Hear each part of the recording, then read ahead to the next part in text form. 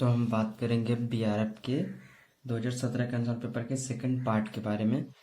अब मैंने first part में सेकंड क्वेश्चन तक कर लिया है शॉर्ट आंसर टाइप क्वेश्चन का। अब very short answer type question का हम यहाँ तीसरा से करेंगे। तो तीसरा वाला क्वेश्चन क्या है, ये ड्यूटीज ऑफ एजेंट। तो एजेंट की ड्यूटी बतानी है या व्हाट इज एजेंसी। एजेंसी वाला ज़्यादा इंपॉर्टेंट है। What is agency, how is it created and terminated. कैसे ये बनाई जाती है और कैसे टर्मिनेट की जाती है। ठीक है, सबसे पहले देख लेते हैं हम एजेंसी क्या होती है, उसके बाद उसका क्रिएशन और उसका टर्मिनेशन देखेंगे। तो पहले meaning, according to Indian contract act section 182, agency या एजेंट कौन होता है।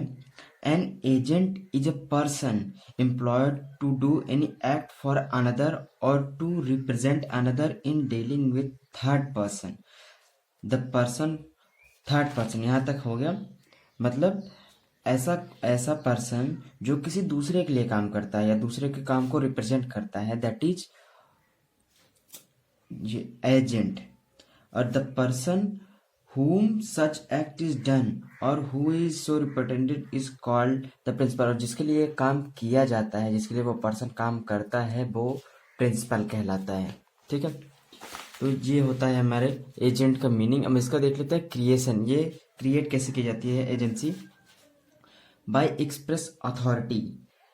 तो रिटेन में या ओरल में एक्सप्रेस करके अथॉरिटी को, बाय एम्प्लॉयड और by necessary, by rectification, by estoppel और होल्डिंग आउट। इन 5 तरीकों से हमारी एजेंसी को क्रिएट किया जा सकता है। अब इसका हम देख लेते हैं टर्मिनेशन क्या है। टर्मिनेशन ऑफ एजेंसी, तो टर्मिनेशन ऑफ एजेंसी ये 201 से 210 तक है सेक्शन में। तो पहला है revocation by owner to right of agent. Right, जो ओनर है वो जो एजेंट का जो राइट है उसको वो रिवोकेट कर लेंगे।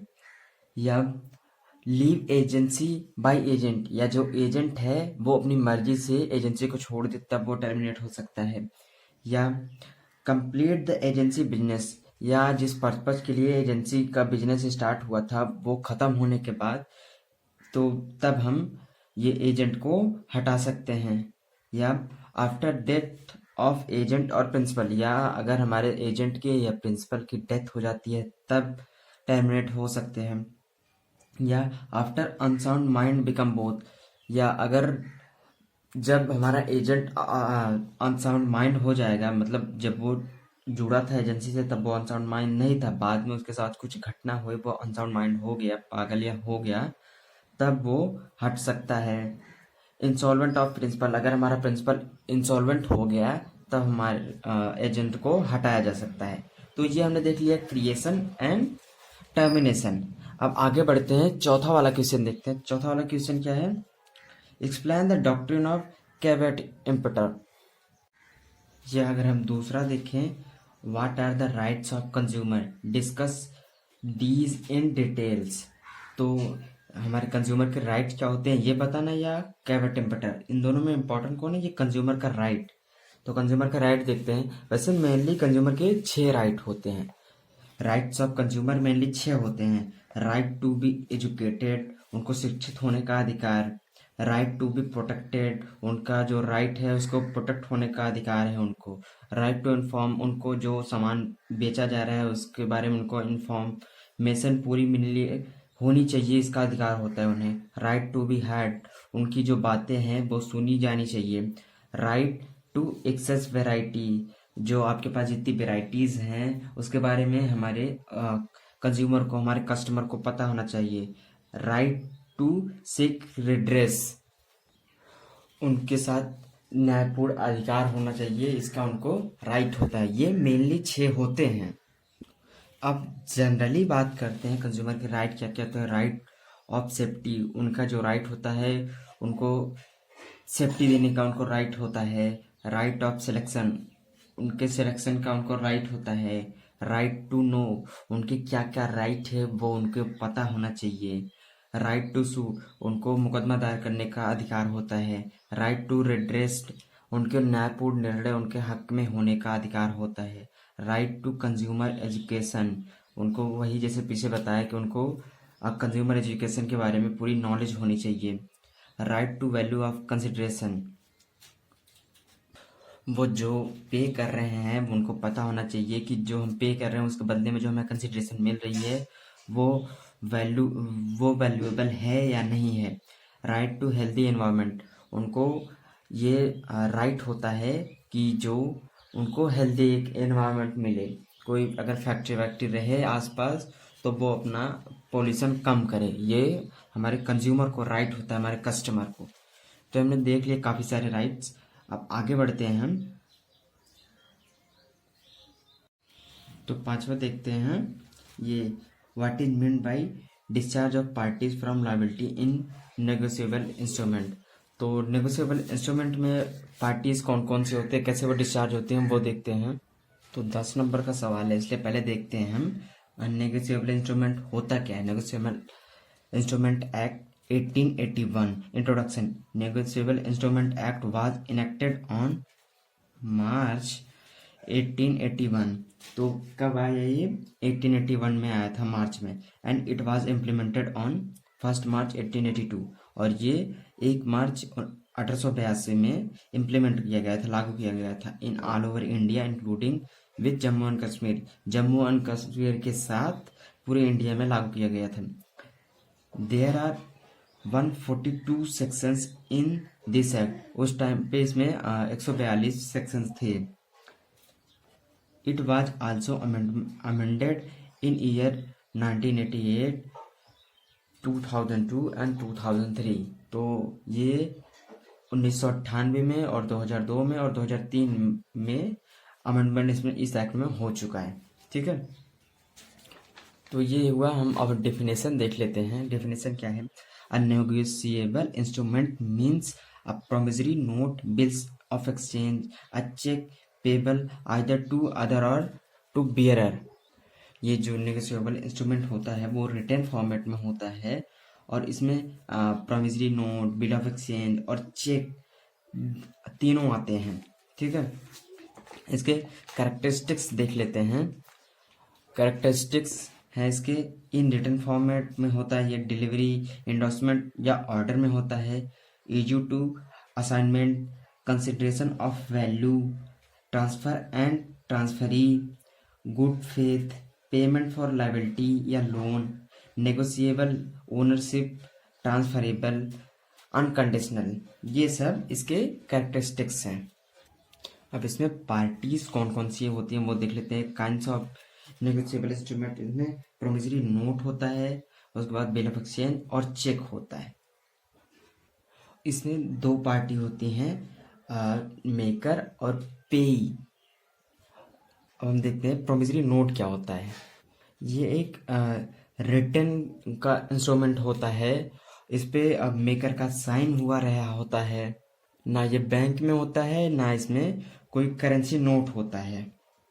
ये एक तरीके से सर्टेन मनी सर्टेन पर्सन को जब पे की जाती है उस टाइम पे होता है। तो 10 नंबर के लिए उतना काफ़ी है, तो उसको वहीं पे छोड़ देते हैं हम। आगे बढ़ते हैं। अब हम नेक्स्ट क्वेश्चन देखते हैं। What do you mean by condition and warranty? Discuss between condition and warranty. तो कंडीशन और वारंटी में हमको डिफरेंस बताना है, और बताना भी है अलग से क्या होते हैं ये। ठीक है, बताते हैं। तो पहले कंडीशन क्या होता है। ठीक है, हमारे स्टिपुलेशन का दोनों पार्ट होते हैं, कंडीशन और वारंटी। ठीक है, कंडीशन का स्टिपुलेशन का पार्ट होता है कंडीशन और वारंटी। तो कंडीशन सेक्शन 12 सबसेक्शन 2 के अंडर इसको कवर किया गया है। A condition is a stipulation essential to the main purpose of the contract, the breach of which gives rise to a right to treat the contract as repudiated। मतलब ये एक stipulation का essential element होता है, essential part होता है। ये जो कॉन्ट्रैक्ट हमारा किया जाता है किसी भी पर्सन से, उसका मेन पर्पज पे ये होता है। कंडीशन, अगर इसको कोई ब्रीच करता है, कंडीशन को अगर कोई ब्रेक करता है तो हमारा कॉन्ट्रैक्ट भी ब्रीच हो सकता है, हमारा कॉन्ट्रैक्ट भी टूट सकता है। ठीक है, इसमें एक तरीके से बंधे रहते हैं हमारे दोनों पार्टी जो कॉन्ट्रैक्ट किए होते हैं। अब हम देख लेते हैं हमारी वारंटी क्या होती है। वारंटी, तो वारंटी सेक्शन 12 सबसेक्शन 3 के अंडर इसको कवर किया गया है। A warranty is a stipulation collateral to the main purpose of the contract the breach of which gives rise to a claim for damages but not a right to reject the goods and treat the contract as repudiated। मतलब ये stipulation का एक collateral part होता है और ये भी main purpose ही बताता है हमारे कॉन्ट्रैक्ट का। कोलेटरल क्या होते हैं, जब दो इवेंट एक साथ हो रहे होते हैं, जैसे मान लेते हैं E1 और E2 दोनों एक साथ हो रहे होते हैं, एक साथ कंप्लीट हो रहे होते हैं, लेकिन E1 पूरी तरह से डिपेंड हो हमारे E2 के ऊपर, तो जो E2 होगा वो हमारा कहलाएगा कोलेटरल इवेंट। ठीक है, तो यही वारंटी हमारी कोलेटरल पार्ट होती है स्टिपुलेशन का। अगर हमारा कॉन्ट्रैक्ट, मतलब इसकी वजह से हम अपने कॉन्ट्रैक्ट को ब्रेक नहीं कर सकते। अगर हमको कोई डैमेजेस हुए हैं तो उनको हम क्लेम करके उसको वसूल सकते हैं, लेकिन हमको जो गुड्स मिले हैं कॉन्ट्रैक्ट के रिगार्डिंग उसको हम रिजेक्ट नहीं कर सकते कि मुझे नहीं चाहिए। अगर आपको नुकसान हुआ है तो आप नुकसान की भरपाई होगी, लेकिन आपको गुड्स लेना पड़ेगा, दैट इज। ठीक है, अब जैसे इसके डिफरेंसेस क्या क्या हैं, जैसे बेस में हमने लिख लिया है एसेंशियल। एसेंशियल में क्या हो जाएगा, कंडीशन में हमारा कंडीशन हम अगर अप्लाई नहीं करोगे तो हम ड्यूटी ब्रेक कर देंगे, हमारा कॉन्ट्रैक्ट ब्रीच कर देंगे, सॉरी कॉन्ट्रैक्ट ब्रीच कर देंगे। तो इसमें एसेंशियल होता है, एसेंशियल एलिमेंट है, लेकिन ये कोलेटरल इवेंट है। हमने बताया था कि वारंटी जो है वो स्टिपुलेशन का कोलेटरल पार्ट है। ठीक है, तो ब्रीच ऑफ कॉन्ट्रैक्ट, अगर हमारे कंडीशन पूरा नहीं होता है तो हम कॉन्ट्रैक्ट को ब्रीच कर सकते हैं, कॉन्ट्रैक्ट को तोड़ सकते हैं। लेकिन वहीं अगर हम वारंटी, अगर हमारा कंडीशन पूरा नहीं हो तो हम वारंटी को, अपने कॉन्ट्रैक्ट को तोड़ नहीं सकते, हम उसको क्लेम करके, डैमेजेस क्लेम करके अपना कंपनसेशन ले सकते हैं। ठीक है, आगे फ्री फ्रॉम परफॉर्मेंस, तो हमारा जो कंडीशन होता है वो फ्री होता है, जबकि वारंटी हमारा फ्री नहीं होता है। नेक्स्ट अगर हम देखें तो सपोर्ट ऑफ कॉन्ट्रैक्ट, तो सपोर्ट कौन देता है, कंडीशन हमारा मेन सपोर्ट करता है हमारे कॉन्ट्रैक्ट को, जबकि वारंटी सब्सिडरी सपोर्ट करता है हमारे कॉन्ट्रैक्ट को। ठीक है, ट्रांसफर ऑफ टाइटल या ओनरशिप, तो कंडीशन में हम अपने ओनरशिप को ट्रांसफर नहीं करते, लेकिन वारंटी में करते हैं। ठीक है, ब्रीच ऑफ कॉन्ट्रैक्ट, तो जब हमें कॉन्ट्रैक्ट को तोड़ना होगा तो कंडीशन अगर पूरी नहीं होगी तो तोड़ देंगे, लेकिन इसमें वारंटी में कॉन्ट्रैक्ट को तोड़ नहीं सकते। आगे अगर लास्ट वाला देखें हम तो नंबर में कौन होता है, कंडीशन ज़्यादा होते हैं, वारंटी कम होती है। नेक्स्ट बात करते हैं कौन सा क्वेश्चन है, तो हमने ये खत्म कर लिया। ये एक और इम्पॉर्टेंट है इसमें फेमा, लेकिन हमने ये वाला कर लिया, तो फेमा आगे भी मिलेगा, यहाँ पे दिया है इसने, तो फेमा को आगे करते हैं। अब हम देखते हैं long answer type question, attempt any two, 5 question दिए हैं, कोई 2 करना है, तो करते हैं। तो पहले हम देखते हैं क्या व्हाट इज बेलमेंट क्या होता है, और describe duties of bailor and bailee, तो हमें बेलर के और बेली की ड्यूटीज बताने हैं, बेलमेंट और बेलर एंड बेली की ड्यूटीज देखते हैं। तो डेफिनेशन ऑफ बेलमेंट, तो ये सेक्शन 148 148 कंट्रीज को कवर किया गया है। A bailment is the delivery of goods by one to another for some purpose upon a contract, they shall when the purpose is accomplished be returned or otherwise disposed of according to the direction of the person delivering them। मतलब bailment एक तरीके से delivery of goods होता है, ये तो पता ही है हमें, लेकिन ये किस पर्पज के लिए, सम पर्पज जब होता है हमारे कोई भी पर्पज जब हमारे कॉन्ट्रैक्ट पे डिपेंड होता है तो उस टाइम पे हमारा बेलमेंट होता है। ठीक है, अब हम देख लेते हैं ड्यूटीज हमारे बेलर की और बेली की। तो ड्यूटीज क्या क्या हैं? तो duties of bailor to disclose known of goods बेल्ड।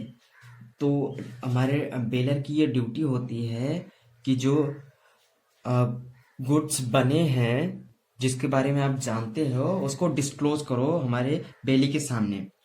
To deliver good to bailee, और हमारे जो गुड है उसको डिलीवर करो, जो गुड्स है उसको डिलीवर करो हमारे बेली तक।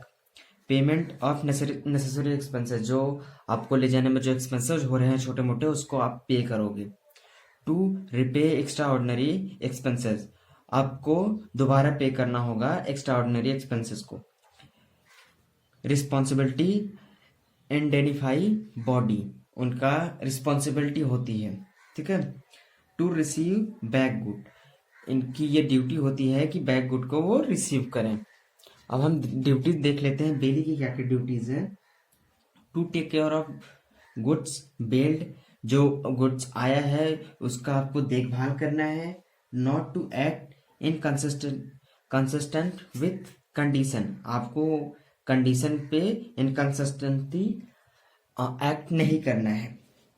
Not to use unauthorised use, आपको जो अनऑथराइज्ड गुड्स है उनको यूज नहीं करना है। Not compensation for not returning the goods, जो गुड्स रिटर्न नहीं हुए हैं उनका आपको कंपनसेशन नहीं मिलेगा, ठीक है। ये ड्यूटीज होती हैं आपकी। तो हमने ये कर लिया 7वां वाला। अब हम ये लास्ट देखेंगे, what is the foreign exchange management act 2000, explain it's main feature. तो फेमा क्या है? फेमा बोलते हैं इसको, फेमा क्या है? तो FEMA 2000 foreign exchange management act 2000। तो पहले ये फेरा था, पहले ये फेरा था कब? 1947 तक ये फेरा था, मतलब 1947 में इसको बनाया गया था फेरा को, ठीक है। उसके बाद 1973 में इसको कर दिया गया फेमा, फेमा कर दिया गया अमेंडमेंट करके। तो इसमें अमेंडमेंट हुआ दिसंबर 1999 में। उसके बाद ये इम्प्लीमेंट कब हुआ, कब से लागू हुआ? 1 जून दिसंबर 1999 से। लेकिन इसको जाना भले ही 2000 के नाम से जाना जाता है, लेकिन इम्प्लीमेंट कब हुआ था? 1 दिसंबर 1999 को ये हुआ था। और इसमें सेक्शन कितने थे? 49 सेक्शन थे। तो इसके रूल्स देख लेते हैं हम क्या क्या थे, मेन रूल्स। तो रूल से पहले ऑब्जेक्ट देखते हैं। तो ऑब्जेक्ट क्या है? To regulate the entry of foreign capital, to regulate the employment foreign in India, आगे to control the foreign exchange, next to maintain stability in foreign exchange rate, to regulate the payment to foreign and from foreign, to help the removal of imbalance of payment, brake on outflow on Indian capital. मतलब इसको पहले बनाया गया था जो foreign capital था उसको regulate करने के लिए। उसके बाद जो फॉरेन एम्प्लॉयमेंट होगा, जो विदेशी काम करेंगे इंडिया में, उनको रेगुलेट करने के लिए बनाया गया था। तो फॉरेन एक्सचेंज को कंट्रोल करने के लिए बनाया गया है। उसके बाद स्टेबिलिटी मेंटेन करने के लिए बनाए गए हैं हमारे फॉरेन एक्सचेंज में। उसके बाद इसको पेमेंट के लिए भी बनाया गया है कि फॉरेन में, हम फॉरेन से फॉरेन में अगर हम बिजनेस कर रहे हैं तो वहाँ पे पेमेंट कैसे के लिए, उसके लिए भी बनाया गया है ये। तो इसमें जो इम्बैलेंस है उसको आप रिमूव करने के लिए, जो इसमें कमियां हैं उसको रिमूव करने के लिए बनाया गया है। और जो आउटफ्लो हो रहा है इंडियन कैपिटल का उसको भी रोकने के लिए ये इसको बनाया गया है, ठीक है।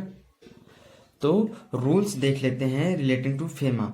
हु हैज परमिशन ऑफ, ये ऑथराइज्ड पर्सन जो होते हैं, जो आरबीआई से जिनके पास परमिशन होती है, सिर्फ वही कर सकते हैं ये सब काम। Restriction on dealing in foreign exchange, पहला रिस्ट्रिक्शन ऑन, दूसरा वाला restriction on holding of foreign exchange, current account, third वाला करंट अकाउंट ट्रांजेक्शन। ये सब कौन कर सकता है? हमारा वही कर सकता है, ऑथराइज्ड पर्सन। ठीक है, ये हो गया। ये काफ़ी लंबा है, बाकी अभी नेक्स्ट वीक करना है। मिलते हैं नेक्स्ट वीडियो में। Thank you.